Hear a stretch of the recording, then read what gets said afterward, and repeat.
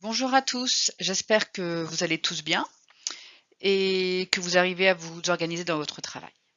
Alors, petite vidéo pour revenir sur l'activité documentaire sur la notion de mol.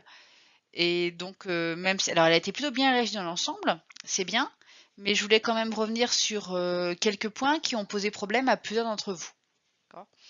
Donc pour vous faire découvrir cette notion de mol, j'ai décidé de partir d'un objet que vous connaissez tous, les bonbons Tic Tac, qui évidemment ne s'achètent pas un par un, qui ne s'achètent pas à l'unité, mais qui s'achètent par boîte. De la même manière, les chimistes, il leur serait impossible de compter les atomes ou bien les molécules un par un. Donc voilà pourquoi ils les comptent par paquet.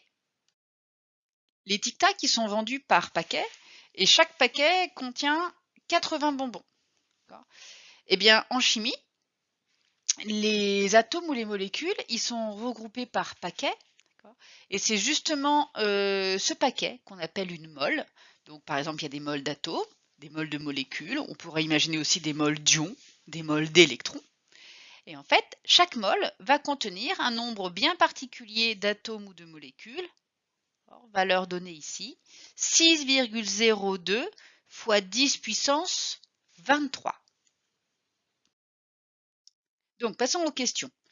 Combien de bonbons Tic Tac dans 3 boîtes? Il n'y a pas eu de souci. 3 fois 80, 240 bonbons, ça vous a pas posé souci. Par contre, pour la petite 2, j'ai vu la question 2, j'ai vu des choses un petit peu moins bien. Donc, dans une mole d'atomes de fer, il y a 6,02 fois 10 puissance 23 atomes.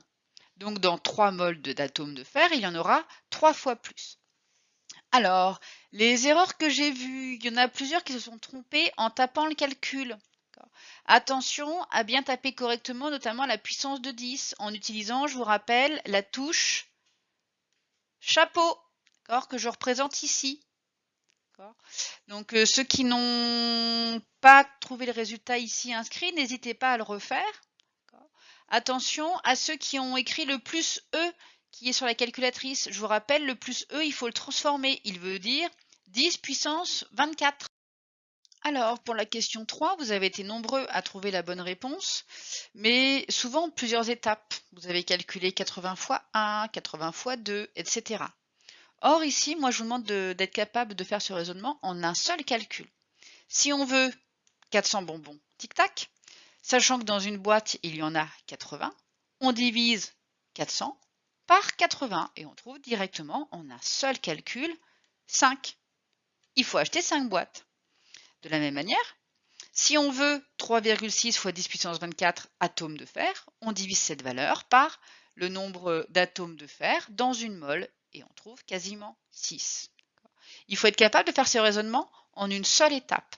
Attention encore à la manière dont vous tapez la puissance de 10. Il y a eu différents soucis. Je vous rappelle encore la touche chapeau. On tape x 10 chapeau 24 pour taper correctement la puissance de 10.